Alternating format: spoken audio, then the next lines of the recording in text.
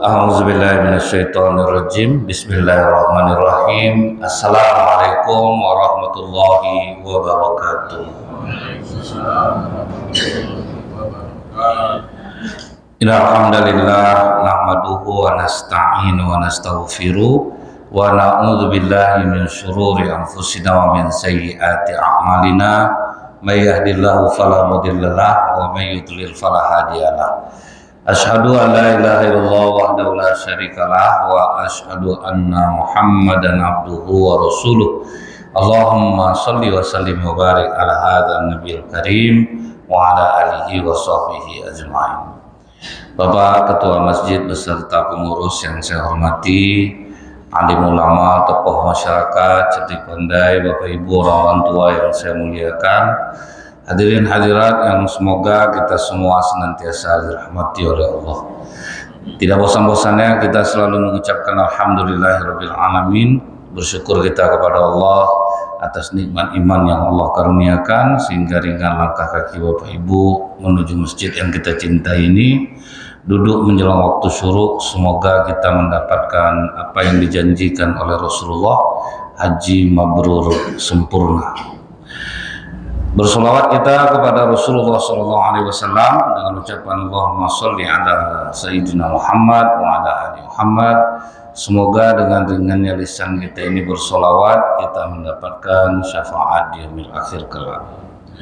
Dalam riwayat Abu Daud dari Abu Dzar radhiyallahu anhu, dia berkata, dalam kitab ini tercantum di dalam kitab At-Targhib wa Tarhib juz 4 halaman 429. Jadi Abu Dzar ini bertanya kepada Rasulullah, "Ya Rasulullah, bagaimana kalau kita mencintai orang soleh sementara kita tidak bisa melakukan amal seperti yang dia lakukan?" Kata Rasulullah, "Engkau akan bersama orang yang engkau cintai." Ini salah satu amalan, Pak. Kita tidak kuat banyak-banyak baca Quran, tidak kuat banyak-banyak tahajud, tidak kuat banyak-banyak puasa sunnah. Cintailah orang yang melakukan amalan itu akan menguntungkan bagi kita. Jadi kalau ini saja yang kita fahami, maka kita tidak akan memandang orang dari sisi apapun mazhabnya, Pak. Selama dia melakukan kebaikan yang sesuai dengan tuntunan syariah, kita cintai dia, itu pengaruhnya besar kepada kita. Rasulullah menyampaikan ini kepada Abu Dzar, langsung Abu Dzar berkata, "Aku sangat mencintaimu ya Rasulullah." Maka kata Rasulullah, "Kau akan bersamaku di surga." Kenapa para sahabat itu berburu untuk bisa mencintai Rasulullah? Karena mereka tahu, Pak, mereka tidak sanggup melakukan amalan seperti yang dilakukan Rasulullah SAW. Cobalah, Bu, ditanya kepada Ummu Salamah, bagaimana kalau Rasulullah itu sholat malam di rumah? Kata Ummu Salamah, lebih sering Rasulullah itu hanya bisa sholat 2 rakaat, jarang lebih. Sebab di rakaat pertama beliau setelah Al-Fatihah membaca surat Al-Baqarah secara perlahan-lahan. Habis itu disambung lagi, Pak, surat yang berikutnya. Jadi bisa sampai 2 jam lebih untuk 1 rakaat sholat. Kita tidak akan mampu seperti itu. Sedangkan panjang ayat imam sedikit batuk kita di belakang, Pak. Besok pagi berhentilah imam itu lagi. Dia pokok kalau udah kuat batuk jamaah, Bu, sedang imam baca ayat tuh, atau berhenti imamnya besok tuh. Kalau masih itu masih ramah tuh. Tapi kalau udah itu udah berhenti imam tuh besok. Kita tidak sanggup, Bu, seperti itu. Ini kadang kita udah tidak sanggup melakukan amalan seperti amalan orang, itu kita sibuk pula membenci dia, Pak. Ini kan banyak tuh, Pak, ya, membenci dia. Padahal kadang kalau kita masalah berbeda itu, Bu, ya, selama tidak halusinasi lah, Dia kan banyak yang halusinasi juga orang menyampaikan Islam nih Pak. Selama yang diamalkannya itu sesuai, cintailah dia. Rasulullah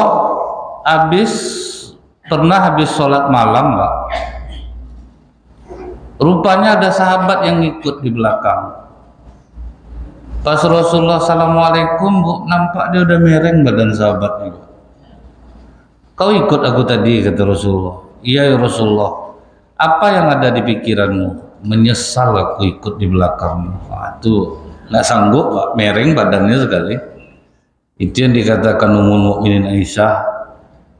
Kenapa kau sampai mau sholat bengkak-bengkak kakimu ya Rasulullah? Kita selama-lamanya berdiri belum ada yang bengkak kaki kita lagi Pak.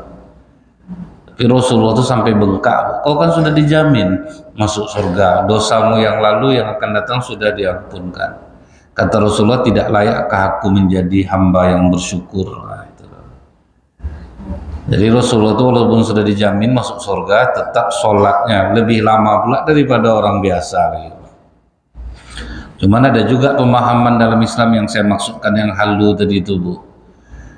Kita yang penting cinta aja kita sama guru, masuk surga lah kita walaupun tanpa ibadah. Itu banyak juga tuh Pak. Ini yang saya maksud, kalau yang seperti itu jangan kita terima.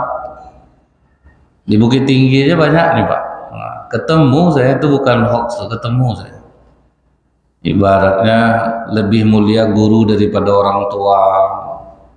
Kalau orang tua tidak masuk pemahaman dia tidak akan berjumpa di surga.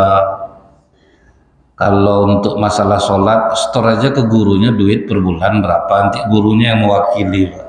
Nah, di Bukit Tinggi loh Bu. Kalau ada yang bilang itu hoax, saya ketemu kan sama orangnya yang berpemahaman seperti itu. Kalau yang seperti itu tidak perlu kita cintai Pak, itu yang harus dihindari. Yang kita takut itu kita masih yang wajar-wajar aja perbedaannya itu Pak. Kunut nak kunut, zikir nak zikir, memulai bismillah atau tidak, itu kan hal-hal yang furu', itu tidak ada masalah.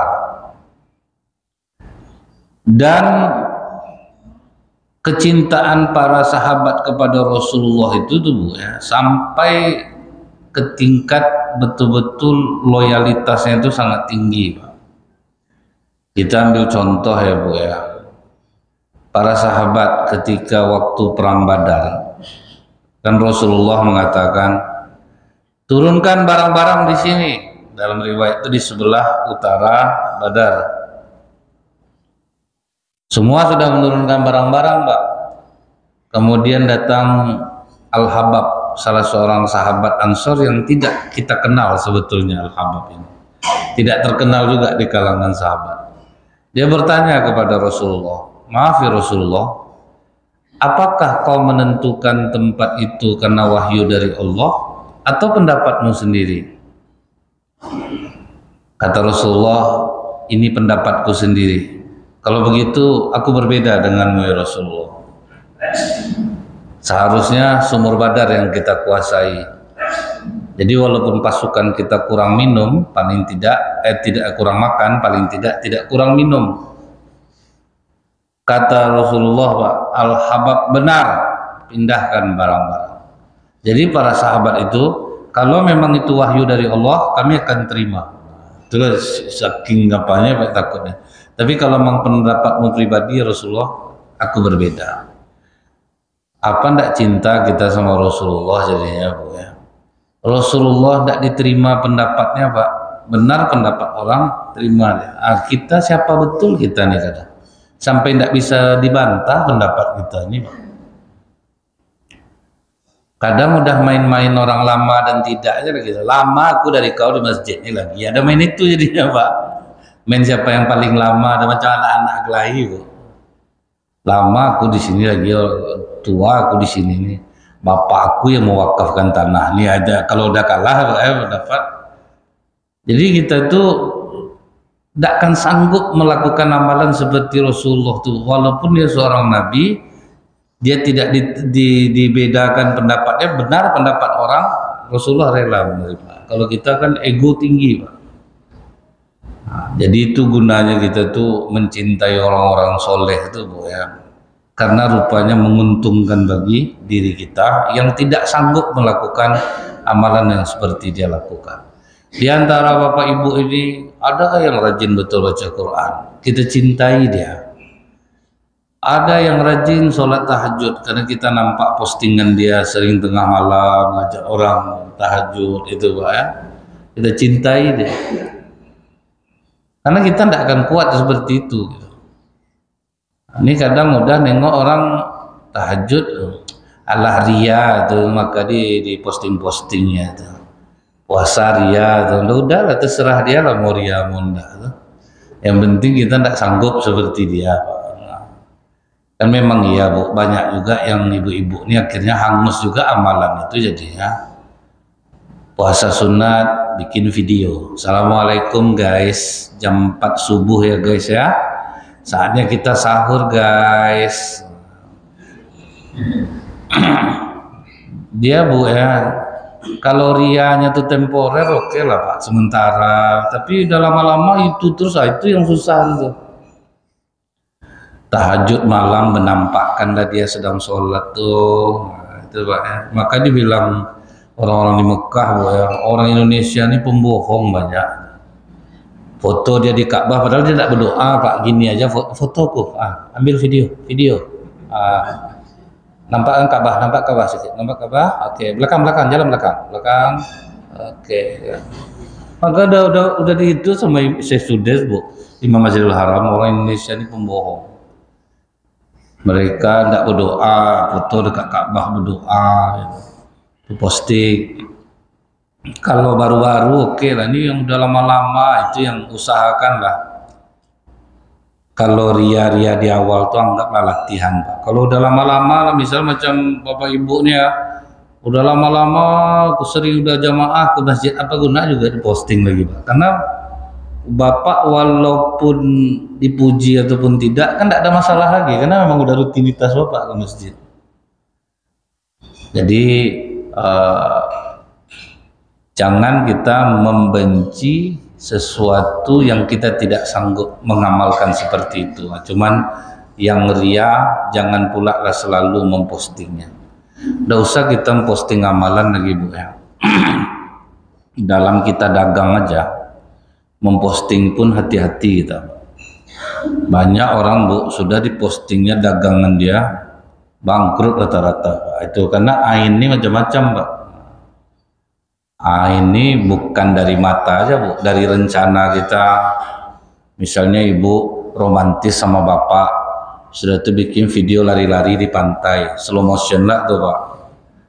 Tidak semuanya yang nengok postingan ibu tuh rumah tangganya sebahagia ibu. Itulah kadang sakit hatinya nengok Pak, bisa hancur rumah tangga kita.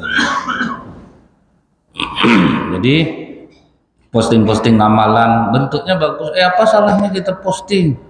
Orang posting keburukan lagi, usahakan jangan memperlihatkan diri kita, itu aja lah Pak. Misalnya ceramah orang kita posting itu oke lah, tapi kalau menampak-nampakkan diri kita, misal ini Bu, banyak orang-orang yang pakai quote dia, pakai kata-kata dia misalnya di media sosial tuh.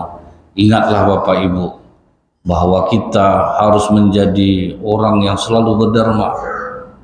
Orang-orang yang suka dia buat postingan kata-kata baik tuh Bu, statusnya kan rohani semua tuh, jiwa roh halus jadinya Pak. Dimakannya kata-katanya itu balik. Nah, apa yang disampaikan itu dikembalikan itu rata-rata. Yang sampai dibilang orang status rohani, jiwa roh halus, itu jadi tuh. Tertipu orang nengok kuat-kuat dia tuh Pak, dia makan kuatnya tuh. Tapi kalau orang-orang soleh yang nampak-nampak depan mata kita ini lah Bu, yang sering rajin ke masjid, kita cintai dia dalam hati kita, karena itu akan menguntungkan jiwa. Bahkan Pak, Wahab bin Munabbih dalam Sunan Ibnu Qudamah diceritakan sebuah riwayat Bu, tapi ini di masa lalu, bukan di zaman Rasulullah. Begitulah dahsyatnya hikmah mencintai orang soleh itu Pak. Ada seorang ahli maksiat di masa Nabi Musa alaihissalam. Dia meninggal, Bu, tapi tidak ada satu orang masyarakat pun yang mau menyelenggarakan jenazahnya. Saking bencinya sama masyarakat, Bu, semua masyarakat, dibuanglah dia di tempat sampah. Di mana tempat pembuang sampah itu dia dibuang. Masyarakat tidak salah karena udah tahu dia ini memang orang yang bermaksiat, orang jelek lah. Semua masyarakat itu tahu. Setelah itu, Pak, turun perintah Allah kepada Nabi Musa, selenggarakan jenazah kekasihku di tempat itu. Pergilah Nabi Musa ke sana. Begitu sampai Nabi Musa di situ, ditanya ke masyarakat, ada ndak orang yang baru meninggal? Ditunjukkanlah, Bu. Begitu ditunjukkan, jangan selenggarakan dia Musa. Kami menjadi saksi bahwa dia ini orang yang banyak bermaksiat di sini. Kata Nabi Musa kepada Allah, ya Allah, semua masyarakat menjadi saksi bahwa dia ini orang jahat. Kata Allah, masyarakat yang benar Musa. Apa yang mereka katakan itu betul. Tapi orang yang bermaksiat ini, dia berdoa sebelum meninggal dengan 3 doa kepadaku. Yang siapapun berdoa dengan doanya, aku akan mengabulkannya. Nah, rupanya pandangan Allah beda, Pak, dengan dia. Dengan pandangan masyarakat. Karena, Bu, ya, dalam Islam ini kita tidak bisa memandang secara zahir, Pak. Contohnya nih, Bu, di dalam kitab Bukhari Muslim, seorang pelacur ngasih minum anjing aja diampuni Allah dosanya, Pak. Itulah dahsyatnya cara Allah, ya, Pak, ya. Pelacur kehausan di tengah padang pasir, susah payah dia ngambil air ke dalam sumur, dia naik balik ke atas, belum sempat dia minum, nampak dia anjing kehausan, dikasih minum, diampuni Allah dosa-dosanya. Dan itu jelas-jelas kalimatnya perempuan nakal dalam hadis itu tuh. Jadi tidak bisa kita nilai-nilai orang jahat, awak udah soleh nih, kita pasti masuk surga, belum tentu lagi. Ini ada beberapa masjid di Indonesia ini sekarang sedang viral betul, Bu. Tidak pakai baju koko orang, sak belakang. Cuma mau matikan HP di luar, mau main HP keluar. Ngeri pengurusnya, Bu. Takut duduk aja di masjid itu tidak berani orang, Pak. Macam ahli surga betul pengurusnya, ngeri lah saya nengoknya. Diusirnya orang, Bu. Jadi memang udah pokok udah viral lah masjid yang satu itu, tidak tahu juga lah kenapa itu. Jadi kadang masjid-masjid ini, Bu, ya, membangun minta duit umat ramah-ramah. Udah jadi masjid dikunci-kuncinya lagi, Pak, sampai payah orang mau apa dulu. Itu payahnya, Bu, kalau ditunjuk pengurus yang punya apa namanya, yang pernah jadi apa namanya, Pak, macam duit pribadi dia jadi dianggap duit pribadi untuk rumah dia. Tapi kan tidak boleh juga semena-mena, betul, cuman kita yang ngakalinya. Nah, gimana supaya masjid tetap bersih, tentu diakali gitu ya, Pak. Nah, kemudian, Bu, begitu, jadi sekarang kita udah tahu bahwa kita tidak bisa menjustifikasi orang dengan pandangan zahir kita. Nah, ini orang jahat, ini orang apa, ini orang soleh. Intinya, Bu, orang Islam itu diajarkan banyak berbaik sangka dengan orang untuk hal-hal yang memang sesuatu yang tidak melanggar lah. Nah, sesuatu yang tidak melanggar. Karena banyak juga, Bu, gara-gara berprasangka baik ini hancur juga hidup orangnya dia, Pak. Jadi untuk hal-hal yang rasanya tidak fatal lah akibatnya. Setelah itu, Pak, diceritakan oleh Allah, Bu, kenapa dia diampuni dosanya. Rupanya doa dia yang pertama itu, Bu, ya Allah, Engkau tahu bahwa aku sering bermaksiat, tetapi Engkau Maha tahu bahwa aku sangat membenci maksiat yang aku lakukan. Nah, ini sebanyak orang nih tipenya seperti ini, Pak. Kita tuh tahu, Bu, ini dosa, tapi kita belum bisa meninggalkannya, Pak. Nah, kita tidak nerima nih. Jadi tidak selamanya orang yang berlaku dosa itu karena dia suka melakukan dosa. Dia tahu salah tapi dia belum bisa meninggalkannya. Ada bapak-bapak mencuri susu di swalayan. Dia tahu mencuri itu salah, tapi tidak ada jalan lain lagi Pak untuk anaknya. Akhirnya kan dibebaskan dia Pak. Nah, dibebaskan. Karena memang dia kait kebutuhan. Dia tidak bisa kita benarkan. Jadi tidak selamanya orang berbuat dosa itu karena lapang jiwanya melakukan dosa. Yang membuat aku tersesat ini ya Allah ada 3. Nah, jadi dalam doanya yang 3 ini dia pun mengakui ada 3. Jadi Bu ya, dari doa dia ini kita tahu Allah itu mau mendengar orang minta ampun tuh kalau dia sadar bahwa dia salah. Dia tuh memang ngakui dia salah. Nah sekarang ini kita banyak udahlah salah nggak mau ngaku Bu. Kau udahlah salah nggak mau kok. Oke aku salah, aku minta maaf, puas kau. Berarti tidak ngaku salah tuh Pak. Dia disuruh minta maaf ya minta maaf ya pula. Sudah itu dia ngomel-ngomel dia Pak kan. Baru masalahnya awak tadi saya salahkan. Oke lah aku minta maaf. Tapi ingat kau ya. Diancamnya balik orang Pak. Jadi Bu, manusia aja benci dengan orang seperti ini, apalagi Allah Pak. Jadi Allah tuh Bu ya mau mengampuni kita asal kita tuh tahu salah kita, tahu kita aku ini masih buruk ya Allah.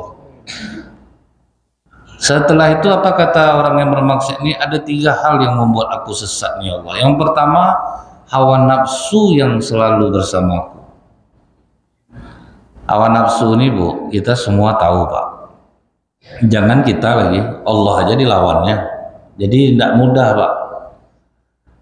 Hadis yang masyhur kita dengar, sudah diciptakan nafsu, ditanya ke nafsu nih, siapa engkau, siapa aku? Kata nafsu, aku, kau. Allah jadi lawannya. Dibakar Allah dia 1000 tahun Bu, diangkat balik ke atas, siapa kau, siapa aku, masih melawan Mbak, aku, kau.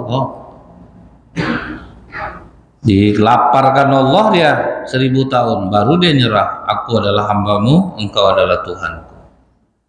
Yang melemahkan dia cuman lapar. Yang melemahkan dia itu cuman lapar. Nah, macam kami ini lah Bu, gimana mau nahan lapar? Pas sudah ceramah, makanlah sikit Ustadz, tidak baik macam itu. Awak tidak bisa sikit makan tuh Pak, makan banyak. Makanya hawa nafsu itu susah ditahan Pak. Kalau di bulan puasa tuh Bu ya, hanya sampai jam 6 menjelang berbuka kita semua baik, semua Pak, wajah teduh-teduh siang itu semua. Udah berbuka, udah ada, jahat balik semua. Karena pas berbuka itu betul-betul lepas jadinya Pak. Yang sampai cepat aja orang iqomah kena marah gorim tuh Pak. Kau berpikir kau komat tuh sedikit, orang masih makan, nah makan dia lah ditunggu dulu. Udah habis lah nasi ramas sebungkus baru boleh orang iqomah. Jadi itu yang membuat, karena langsung terlepas Pak. Kalau udah habis buka itu langsung terlepas, jarang orang mau nahan balik. Langsung dihajarnya semuanya. Makanya kita tuh walaupun rajin sholat tetap jahat itu Pak. Memang nafsu susah Pak. Tak bisa dia Bu. Soal makan nih lah Bu ya. Contohnya dulu ingat saya almarhum Pak Herman Abdullah itu kan setiap mau masuk puasa ngundang tuh Pak Ustadz